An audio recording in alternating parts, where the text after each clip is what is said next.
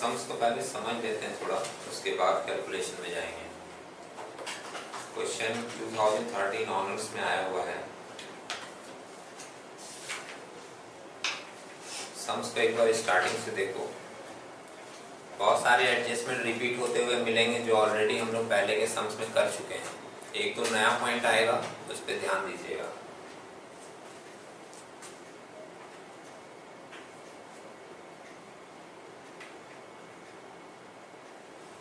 दिख रहा है क्वेश्चन? पढ़ो कोई निकिता। H limited purchase 13,000. जैसे लगा पहले से रेडी थी। अच्छा पढ़ो। H Limited purchased 13,500 shares of S Limited on 1st 7th month 2012 at the cost of 2,10,000. Following are the balance sheets of two companies as at 31st March 2013. Okay, देखिएगा यहाँ पे फर्स्ट लाइन में एक information मिल रहा है कि 13,500 shares खरीदा है। दूसरा इंफॉर्मेशन मिल रहा है कि 1 जुलाई को खरीदा है। 7वां महीना जुलाई का होता है ना। और जो इन्वेस्टमेंट किया गया वो कितने का? 2,10,000 का। इसको हम लोग बोलते हैं cost of investment. Cost of control जब बनाते हैं तो पहला लाइन यही लिया जाता है। अब फिगर चूज करने में कंफ्यूजन जिनको होती है वो खास करके सुन लीजिए। ये जो कॉस्ट ऑफ इन्वेस्टमेंट है कभी कभी सम्स के स्टार्टिंग में दे देता है, कभी कभी बैलेंस शीट खत्म होने के बाद नीचे के पैराग्राफ में देता है। और जब आप बैलेंस शीट ध्यान से पढ़ोगे तो बैलेंस शीट में एसेट साइड में जो इन्वेस्टमेंट होता है वहां पर भी ये फिगर कभी कभी क्लियरली दिया रहता है। समझ रहे हैं? तो कॉस्ट ऑफ इन्वेस्टमेंट आपको अगर खोजना है तो आप 3 जगहों को केयरफुली ध्यान से देखोगे। स्टार्टिंग में, बैलेंस शीट में, नीचे के पैराग्राफ में क्लियरली मिलेगा। ठीक है, ओके। अब बैलेंस शीट में देखने क्या क्या दिया है। Equity and liabilities. Shareholders fund. Share capital. Equity share capital ₹10 each. Equity share capital आप एस लिमिटेड का देखो, सब्सिडियरी का कितना है? 1,80,000 दिखा। 1,80,000 को डिवाइड करेंगे हम लोग 10 से तो 18,000 शेयर आएगा। 13,500 उसमें से खरीदा है तो डिग्री ऑफ कंट्रोल निकल जाएगा, है ना। ओके, तो ये तो इजी लाइन है डिग्री ऑफ कंट्रोल निकालना। उसके बाद माइनॉरिटी का हिस्सा भी मिल जाएगा। आगे देखते हैं और क्या क्या आइटम है।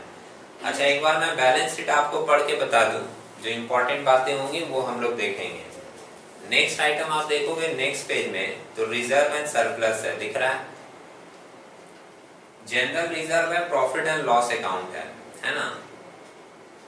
अदर करंट लायबिलिटीज, तो करंट लायबिलिटीज में ट्रेड पेएबल होता है जिसके अंदर क्रेडिटर है, बिल्स पेएबल है। और बिल्स पेएबल सिर्फ किसका दिया हुआ है? एच लिमिटेड का। इसमें एक शॉर्ट टर्म प्रोविजन है और शॉर्ट टर्म प्रोविजन के अंदर प्रपोज्ड डिविडेंड है। ध्यान रखिएगा, इसके बारे में एक बात मैं बताता चलूं, सुनते रहिएगा, सम्स करने में आपको सुविधा होगी। हम लोग जो सम्स किए थे लास्ट डे उसमें एक प्रपोज्ड डिविडेंड था, लेकिन वो सिर्फ होल्डिंग कंपनी का था। तो होल्डिंग वाला अगर प्रपोज्ड डिविडेंड रहेगा तो डायरेक्टली हम लोग बैलेंस शीट में दिखा देंगे। बात समझे? उसमें आपको कोई एडजस्टमेंट करना नहीं है। लेकिन अगर सब्सिडियरी में भी दिया है प्रपोज्ड डिविडेंड तो इसका डिस्ट्रीब्यूशन होगा। अब 2 ऑप्शन है आपके पास, जिसमें एक मैं बता रहा हूँ वही ध्यान रखिएगा। जब आप पहला कैलकुलेशन करते हो, कैलकुलेशन फॉर माइनॉरिटी इंटरेस्ट करते हैं ना, उसमें हम बेसिकली क्या चीज लेते हैं? 4। पहला कैपिटल प्रॉफिट, दूसरा post acquisition profit, post acquisition reserve और शेयर कैपिटल। 4 चीजें चलता है हम लोगों का। उसी में 4 के बाद एक 5वां पॉइंट डाल दीजिएगा, proposed dividend of S limited. सुने? और ये जो एस लिमिटेड का प्रपोज्ड डिविडेंड होगा वो दिखाएंगे अपने, उसमें से माइनॉरिटी माइनस करेंगे। माइनॉरिटी वाला हिस्सा माइनॉरिटी में जाएगा और होल्डिंग वाला हिस्सा, जब होल्डिंग कंपनी अपना कंसोलिडेटेड प्रॉफिट एंड लॉस बनाता है ना रिजर्व एंड सरप्लस में, तो वहां जाकर हम लोग क्या करेंगे? उसका हिस्सा उसको दे देंगे। मतलब कंसोलिडेटेड पीएल में होल्डिंग कंपनी अपना हिस्सा ऐड कर लेगा। ठीक है, एक बार आप पहले सुन के रखो, बाद में जब हम लोग करेंगे तो कैलकुलेशन के समय दोबारा देख लेंगे। ठीक है, ओके। उसके बाद आप नेक्स्ट आइटम देख रहे हो एसेट साइड में, तो नॉन करेंट एसेट्स में पीपीई दिया रहता है, टेंजिबल और इंटेंजिबल। सुनते रहिएगा भाई, यहाँ ऐसे हूँ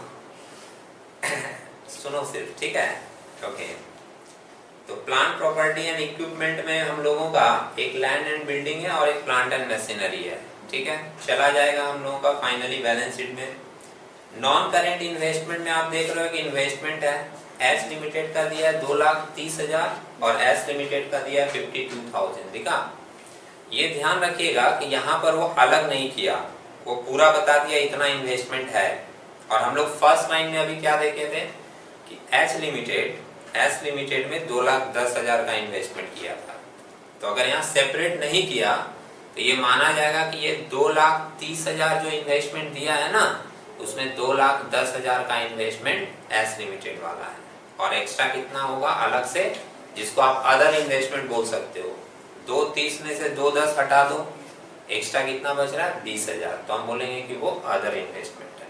आप बोलोगे आप इसको सेपरेट क्यों कर रहे हैं, तो उसका रीजन समझिएगा।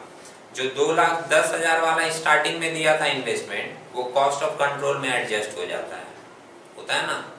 तो एक्स्ट्रा कितना बचेगा 20,000, ये अदर इन्वेस्टमेंट है। ये other investment direct balance sheet में जाएगा। क्लियर है पॉइंट? नेक्स्ट देखो, करंट एसेट्स में आपको इन्वेंट्रीज दिख रहा है, ट्रेड रिसीवेबल में डेटर है और कैश एंड कैश इक्विवेलेंट में कैश एंड बैंक है। तो बाकी का आइटम पुराना है। अब नीचे इसके साथ जो एडजस्टमेंट दिया रहेगा वो हम लोग करेंगे, है ना। अब देखते हैं नीचे की एडजस्टमेंट क्या दी हुई है। अदर इंफॉर्मेशन में 4 एडजस्टमेंट है, केयरफुली समझिएगा। कुछ इसमें से आपका जाना हुआ मिलेगा, 1-2 पॉइंट हो सकता है हम लोग पहले डिस्कस ना किए हो, तो अभी नया मिलेगा। जैसे प्रोपोज डिविडेंड वाला मैटर क्लियर है ना। अब देख लेते हैं आगे अदर इंफॉर्मेशन में, पढ़िए।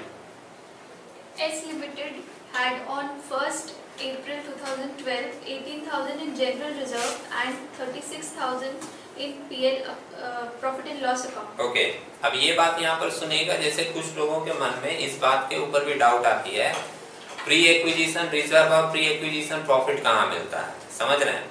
अब वो आपको 3 जगह पे दिख सकता है, केयरफुली पढ़िएगा सम्स को। कभी कभी सम्स के स्टार्टिंग में ही, जैसे अभी सम्स के स्टार्टिंग में मेंशन किया था ना कि फलाना डेट में इतना शेयर खरीदा है, मेंशन किया था कि 1 जुलाई को 13,500 शेयर्स खरीदा गया जिसका कॉस्ट वैल्यू है 2,10,000, मेंशन किया था।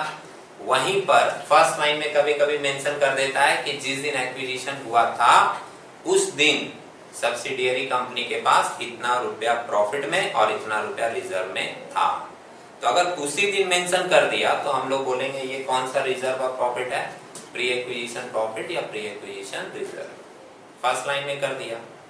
दूसरा, कभी कभी क्या करता है, जब आप बैलेंस शीट पढ़ते हो तो बैलेंस शीट में जो रिजर्व एंड सरप्लस रहता है, रिजर्व एंड सरप्लस में भी तो पीएल और जनरल रिजर्व रहता है।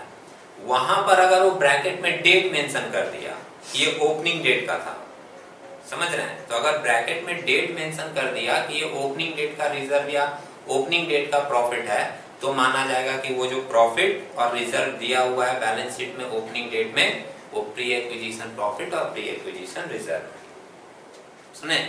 और तीसरा, अगर ऊपर कहीं इंडिकेशन नहीं मिल रहा है तो आप नीचे का पैराग्राफ केयरफुली पढ़ो, एडजस्टमेंट में वो बताएगा। जैसे ये फर्स्ट वाले एडजस्टमेंट में क्या बताया कि एस लिमिटेड का 1 अप्रैल 2012 को 18,000 रुपया जनरल रिजर्व में था और 36,000 रुपया प्रॉफिट एंड लॉस में था। क्रेडिट बैलेंस इंडिकेट क्या करता है, प्रॉफिट है। अगर वो बोलता है डेबिट बैलेंस है तो हम लोग बोलते हैं पीएल में लॉस था उसमें। क्लियर है?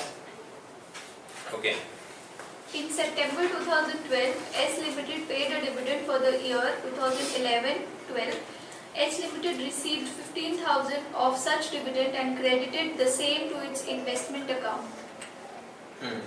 Plant and machinery. होल्ड पहले ये समझ लें एडजस्टमेंट। हम लोग सम्स को पढ़ने के लिए थोड़ी पढ़ा जाता है, सम्स को इसलिए पढ़ा जाता है कि एडजस्टमेंट क्लियर हो माइंड में। उसके बाद फिर जब हम लोग सॉल्यूशन में जाएं तो दोबारा उसको देखें, समझ रहे हैं। अभी पहले ये वाले एडजस्टमेंट के बारे में बताइए, ये ऑलरेडी हम डिस्कस कर चुके हैं पहले के सम्स में, समझे। जो फर्स्ट सम्स हुआ था हम लोगों का उसमें भी ये था, 2016 का सम्स था। वो क्या लिखा है लाइन को एक बार फिर से देखना थोड़ा। अगर आपको कभी कोई एडजस्टमेंट समझ में ना आए, दोबारा पढ़ोगे तिबारा पढ़ोगे, तुम्हारा मैटर क्लियर जरूर होगा। सितंबर 2012 में एस लिमिटेड ने डिविडेंड पेड किया है 2011-12 का। जब एक्विजिशन हुआ था ना, वो डेट था 12-13 का। 12-13 समझ रहे हो, 1 जुलाई 2012 को एक्विजिशन हुआ था, तो वो तो 12-13 फाइनेंशियल ईयर में होगा ना। एक्विजिशन हुआ है 12-13 में, और ये डिविडेंड कब का डिक्लेयर किया हुआ है? 11-12 का। तो सबसे पहली बात यह है कि सब्सिडियरी कंपनी अगर प्रीवियस ईयर का डिविडेंड डिक्लेयर किया है तो उसके ऊपर होल्डिंग कंपनी का राइट नहीं होगा, सीधी सी बात है। लेकिन इसमें से 15,000 रुपया होल्डिंग कंपनी ने रिसीव किया है और वो दिखा भी दिया है। अब इसकी एडजस्टमेंट कहाँ होगी?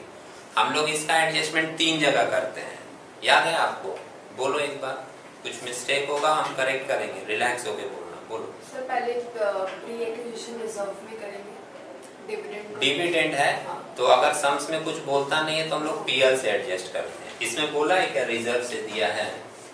नहीं, इन्वेस्टमेंट। हाँ, तो अगर डिविडेंड डिक्लेयर किया है, इसका फर्स्ट पॉइंट एकदम सही है। जब हम लोग कैपिटल प्रॉफिट दिखाते हैं तो कैपिटल प्रॉफिट में प्री एक्विजिशन प्रॉफिट से हम लोग वो डिविडेंड माइनस करते हैं। सुने? क्लियर है? अगर सम से बोलेगा कि वो डिविडेंड रिजर्व से दिया गया तो रिजर्व से एडजस्ट करेंगे, नहीं कुछ बोलेगा तो किससे करेंगे? पीएल से।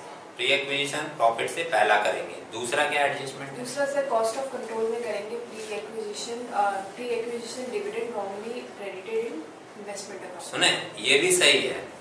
दूसरा एडजस्टमेंट हम लोग करते हैं जब कॉस्ट ऑफ कंट्रोल बनाते हैं तो वहां पर लेस करते हैं, ठीक है?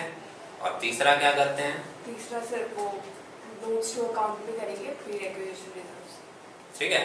और तीसरा जो है, जब हम लोग नोट्स टू अकाउंट बनाते हैं, रिजर्व एंड सरप्लस दिखाते हैं, उसमें कंसोलिडेटेड पीएल दिखाएंगे, कंसोलिडेटेड पीएल में लेस करेंगे कि गलती से ये क्या किया, वो प्रॉफिट जोड़ लिया है, इसलिए उसको माइनस करना होगा। रीजन मैंने पहले बताया, क्या कि पिछले साल का डिविडेंड है, उस समय हम एक्विजिशन ही नहीं किए थे, तो उस डिविडेंड के ऊपर तो होल्डिंग कंपनी का राइट ही नहीं होना चाहिए, और जब राइट नहीं है तो वो क्यों लेगा? बात समझे? इसलिए इसका एडजस्टमेंट कितने जगह होगा? 3 जगह होगा। ये बार बार रिजर्व बोल रही थी, वो ध्यान रखिएगा। अगर सम से बोलेगा कि रिजर्व से हुआ है डिविडेंड डिक्लेयर, तब वहां करेंगे, नहीं तो किससे करेंगे? पीएल से करेंगे। बाकी एडजस्टमेंट सही था इसका कि 3 जगह हमको इफेक्ट दिखाना हो। सुने, अब इसमें एक पॉइंट और ध्यान रखना पड़ता है, इतना सस्ता भी नहीं है होल्डिंग। इसमें एक बात और क्या ध्यान रखना पड़ता है कि जब हम लोग प्री एक्विजिशन प्रॉफिट से, मतलब कैपिटल प्रॉफिट में जहां दिखाते हैं pre acquisition profit, pre acquisition profit से जब हम लोग इसको माइनस करते हैं तो वहां पूरा डिविडेंड माइनस किया जाता है। पूरा मतलब जितना सब्सिडियरी कंपनी डिक्लेयर किया था वो पूरा अमाउंट पूरा होगा। सुने?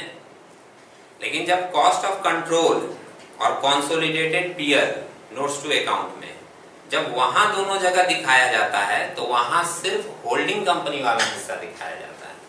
जैसे अगर मान लीजिए होल्डिंग कंपनी का हिस्सा 3/4 है तो कॉस्ट ऑफ कंट्रोल और कंसोलिडेटेड पीएल में 3/4 हिस्सा जाएगा, लेकिन प्री एक्विजिशन प्रॉफिट से जब एडजस्ट होगा तो पूरा अमाउंट होगा। बात समझे? अब ये एडजस्टमेंट जानने के बाद भी जिस साल ये क्वेश्चन आया था, किस साल आया था? 2013 में, बहुत सारा स्टूडेंट यहाँ मिस्टेक किया होगा। क्या मिस्टेक किया होगा? लैंग्वेज को ध्यान से नहीं पढ़ा होगा। आप एक बार लैंग्वेज को ध्यान से पढ़िए, तीसरी बार आपको दिखेगा कि इसमें तो डायरेक्ट 15,000 डिविडेंड दे दिया है, दिख रहा है? नहीं तो हम लोग पहले के सम्स में क्या करते थे, बोलते थे 10% डिविडेंड है तो शेयर कैपिटल देखो, शेयर कैपिटल के ऊपर डिविडेंड का परसेंटेज अप्लाई करके डिविडेंड निकालते थे, यही करते थे ना। इसमें तो डायरेक्ट डिविडेंड दे दिया 15,000, बहुत सारा लोग क्या करेगा, 15,000 निकाल के दिखा देगा, डायरेक्ट अमाउंट दिया है दिखा देगा। और जब होल्डिंग वाला हिस्सा लेना होगा 3/4 कर देगा, गलत कैलकुलेशन होगा। समझ रहे मेरी बात? 3/4 ऑलरेडी है, वो कम बोलता है इसलिए वो पकड़ पा रहा है। समझ रहे मेरी बात? उसमें लैंग्वेज क्या लिखा है कि होल्डिंग कंपनी ने रिसीव किया है कितना? 15,000, मतलब वो जो हिस्सा है वो डायरेक्ट 3/4 निकाल के दिया है। तो हम लोग कॉस्ट ऑफ कंट्रोल और कंसोलिडेटेड पीएल में 15,000 से एडजस्टमेंट करेंगे, लेकिन जब प्री एक्विजिशन प्रॉफिट से एडजस्ट करना होगा तो हमको इसका फुल वैल्यू निकालना पड़ेगा। फुल वैल्यू मतलब कि डिविडेंड कितना डिक्लेयर किया गया था, और निकालने का तरीका एकदम सिंपल है। फुल वैल्यू निकालने का तरीका क्या होता है, यूनिटी मेथड अप्लाई करते हैं कि मान लीजिए ये वाला जो 15,000 है वो कितने का वैल्यू है, 3/4 का। आपको फुल वैल्यू निकालना है। एक तरीका होता था ना, बचपन में मैथ में सीखते थे, रेशियो को रिवर्स कर दो, फुल वैल्यू आ जाएगा। जैसे 15,000 इंटू 3/4 हिस्सा है ना, 4/3 कर दीजिए, आपको फुल वैल्यू मिल जाएगा। 15,000 इंटू 4/3 करेंगे तो कितना आएगा, 15 चौके 60, 60,000 डिवाइडेड बाई 3, 20,000 आएगा। बात समझे? ओके, वो फुल वैल्यू होगा। अब देखते हैं आगे का एडजस्टमेंट। अच्छा, ये दोनों पॉइंट क्लियर है ना तुम्हारा? जो तुम्हारा डाउट था प्री एक्विजिशन प्रॉफिट और रिजर्व का, और ये डिविडेंड का, ठीक है। और डिविडेंड में हमने दोनों डिविडेंड अभी देखा, प्रपोज वाला भी देखा जो बैलेंस शीट में दिया था, और ये वाला डिविडेंड प्री एक्विजिशन डिक्लेयर्ड है, ये अलग है, ठीक है। अब देखते हैं next adjustment. Plant and machinery standing in the books of S Limited at 1,20,000 on 1st April 2012 was revalued at 1,40,000 on the date of acquisition of shares. No addition or sale of machinery was made during the year. Okay, hold कीजिएगा। अब आपका एक और adjustment clear होगा भाई, अब last day नहीं भी आए थे। रिवैल्यूएशन प्रॉफिट और लॉस का, और इसी में आपका आ जाएगा depreciation, under charge, over charge. बात समझे? उसको भी समझ लीजिएगा क्लियर। मेन एडजस्टमेंट यही सब है, बात समझे? बाकी तो कुछ हल्के फुल्के एडजस्टमेंट होते हैं, और राह चलते भी तुम पूछ लोगे तो तुमको बता दिया जाएगा और तुम समझ जाओगे कि ऐसे ऐसे करना है, ठीक है। राह चलते मतलब ये नहीं कि मेट्रो में देख लिया सर तो बहुत डिविडेंड, ऐसा नहीं है। ये क्या बोल रहा है लाइन कि प्लांट एंड मशीनरी जिसका वैल्यू 1,20,000 था 1 अप्रैल 2012 को, ठीक है, एक्विजिशन वाले डेट में उसकी वैल्यू हो गई 1,40,000, ठीक है। यहाँ पर हम लोग देखेंगे कि हमारा प्रॉफिट ऑन रिवैल्यूएशन हुआ या लॉस, तो ये तो दिख रहा है कि वैल्यू बढ़ा है, तो बोलेंगे प्रॉफिट ऑन रिवैल्यूएशन है ना।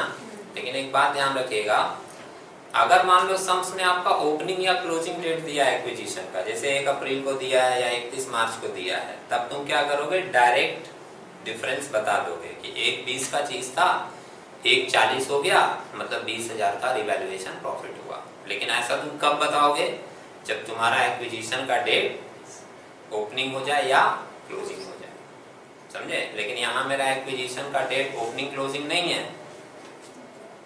मिड में भी नहीं है, 3 महीने के बाद है। 1 जुलाई था ना, मतलब अप्रैल मई जून 3 महीने के बाद का। हम लोग जो लास्ट 2016 वाला सम्स किए थे उसमें हम लोग का मिड था 6 महीने के बाद। अब एक बात और समझिए, यहाँ पर जब भी हम लोगों का ऐसा डेट दे देता है ना, मिड वाला डेट, थोड़ा सा कैलकुलेशन भी बढ़ जाता है। अगर आपका क्लोजिंग डेट ओपनिंग डेट देता है ना, तो कैलकुलेशन थोड़ी कम होती है। मिड वाले डेट में या बीच वाले डेट में कैलकुलेशन बढ़ जाता है। हम लोगों को बहुत जगह ध्यान रखना पड़ता है कि हम लोगों को ये 3 महीने का एडजस्टमेंट और 9 महीने का एडजस्टमेंट सोचना पड़ेगा। बात समझे? सबसे पहला सोच तो कहाँ पर हो जाएगा, जब हम लोग कैपिटल प्रॉफिट लेंगे माइनॉरिटी इंटरेस्ट निकालने के समय, तो कैपिटल प्रॉफिट में ही जब हम लोग दिखाते हैं ना प्रॉफिट, तो वहाँ पर ऐड करके दिखाना पड़ता है profit up to the date of acquisition 3 महीने का। एक तो वहां बढ़ जाएगा। दूसरा इफेक्ट यहाँ सोचो, तुम डायरेक्ट 1,40,000 और 1,20,000 को कंपेयर नहीं कर सकते, तुमको सोचना पड़ेगा कि 3 महीने के बाद का इफेक्ट कितना होगा। सबसे पहले हम लोग इसमें एक निकालेंगे रेट ऑफ डेप्रिसिएशन।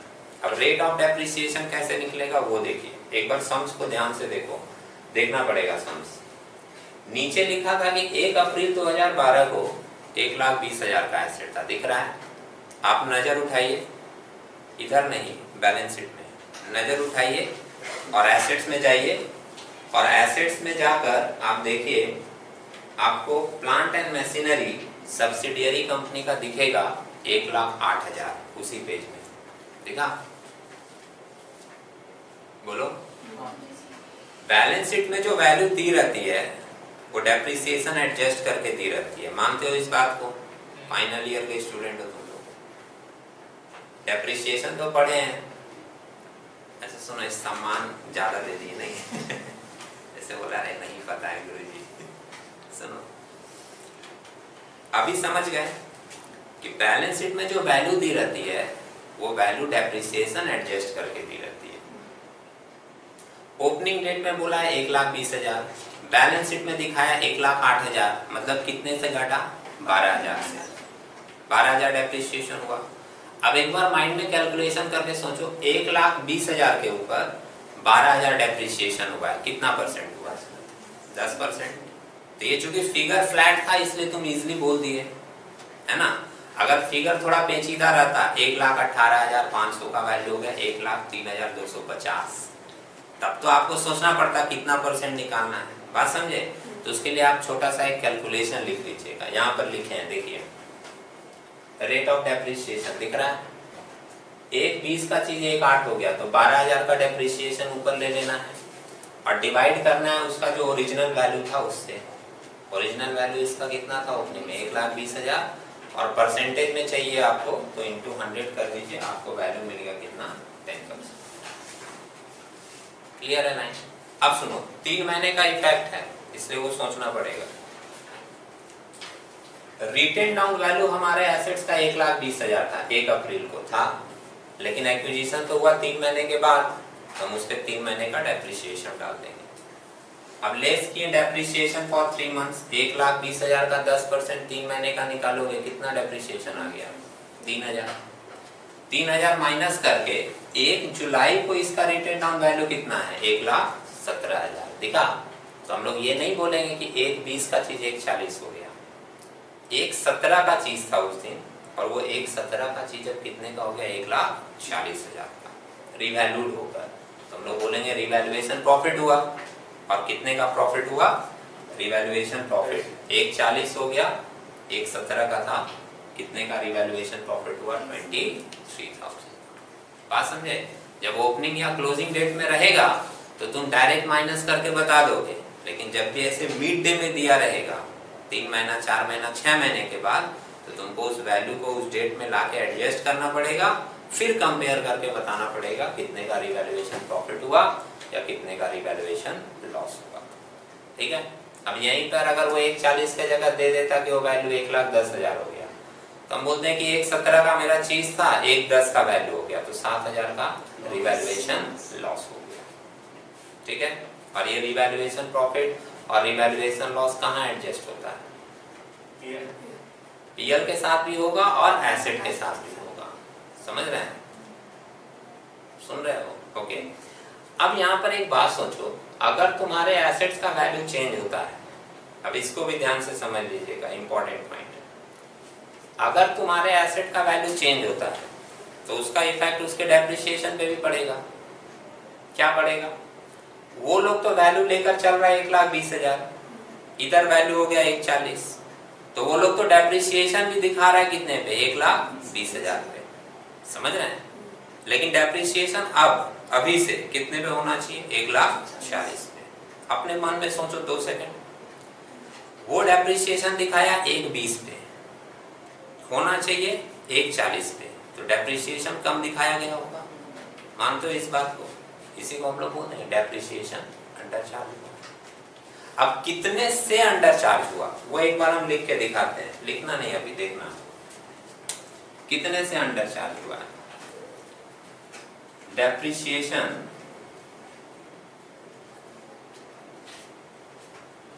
ऑन 1,40,000 यही लिख देते हैं, इस पर होना चाहिए था 10%। और जुलाई से लेके मार्च तक कितना महीना होगा 9 महीना, कितना आएगा कैलकुलेट करके 14,000 9 महीने का निकालोगे 10,500 है ना। और इसमें से हम डेप्रिसिएशन लेस कर दे रहे हैं,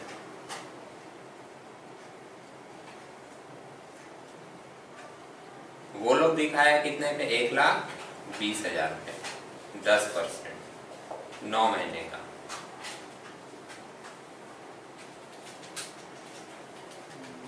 9,000 है, 12,000 12 कट जाएगा 9,000 ही आएगा ना। ओके, कितना निकल के आया 1500।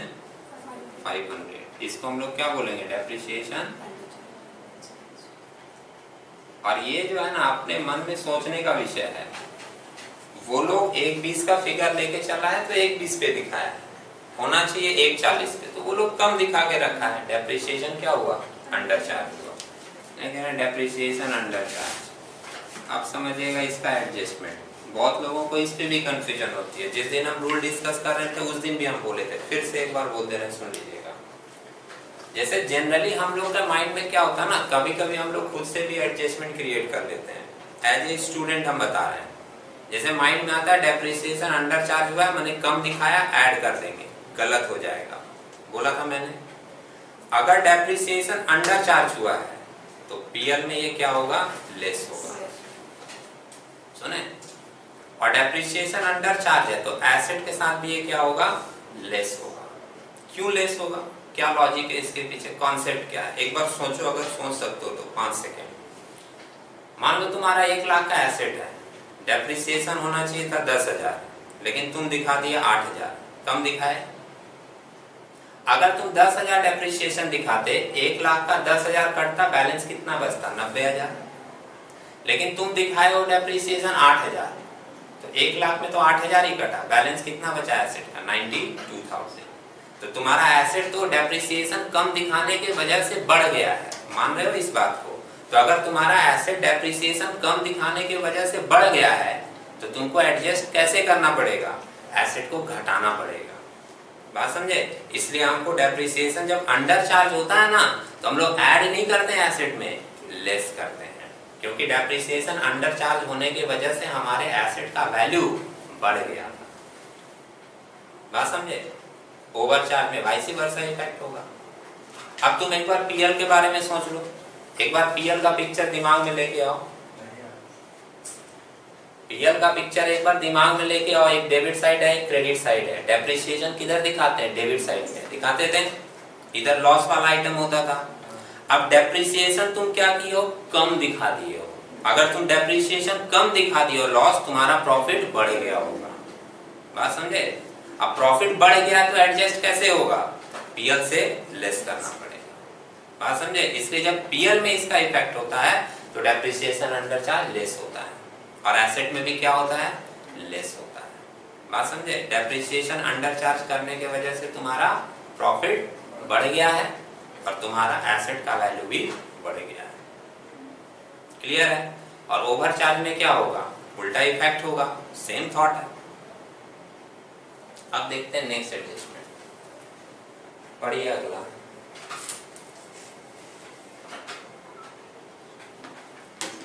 Stock of S Limited included 9,600 purchased from H Limited, on which H Limited made a profit of 20% on cost. Okay.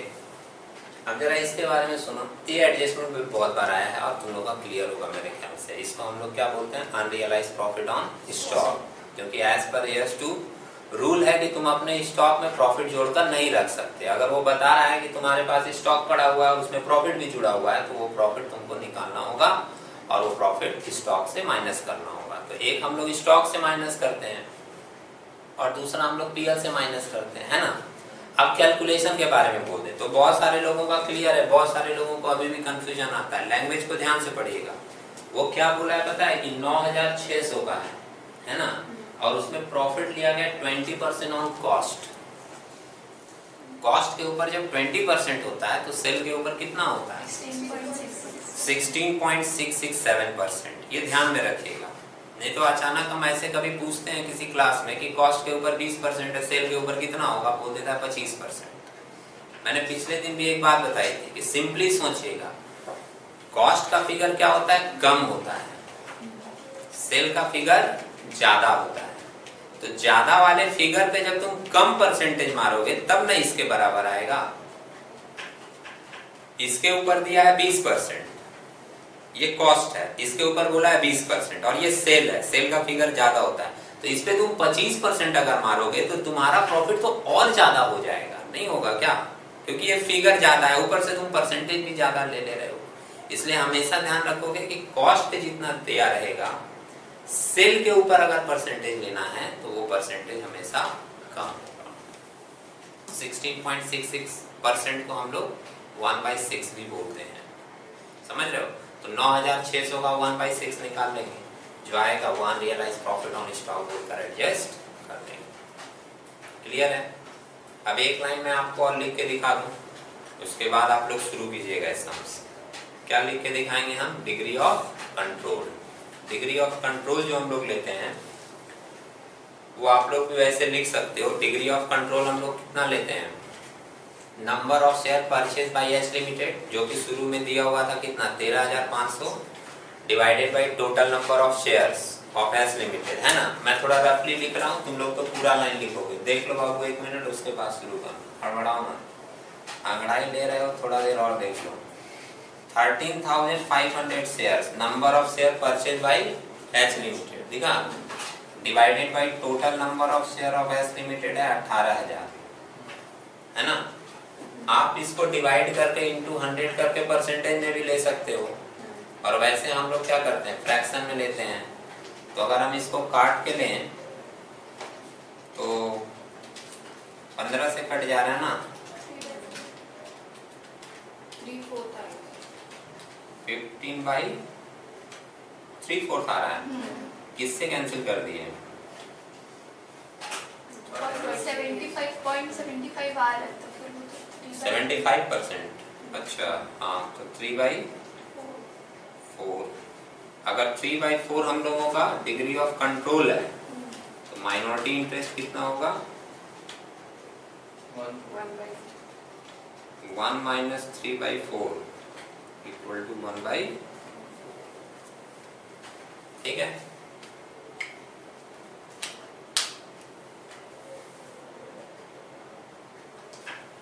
इसको परसेंटेज में भी ले सकते हैं। 75% निकल रहा था ना, इंटू 100 करके, तो इसका 25% लेंगे। अब आप लोग क्या कीजिएगा, इसको पहले लिख लीजिए और इसको थोड़ा सजा के पूरा फॉर्मूला जो लाइन है ना, वो फॉर्मूला के साथ लिखिएगा। उसके बाद स्टार्ट कीजिएगा कैलकुलेशन फॉर माइनॉरिटी इंटरेस्ट, ठीक है। और आप ही लोगों को करना है, अगर प्रॉब्लम होगी तो मैं बताऊंगा, करना अब आप लोगों को है, स्टार्ट कीजिए।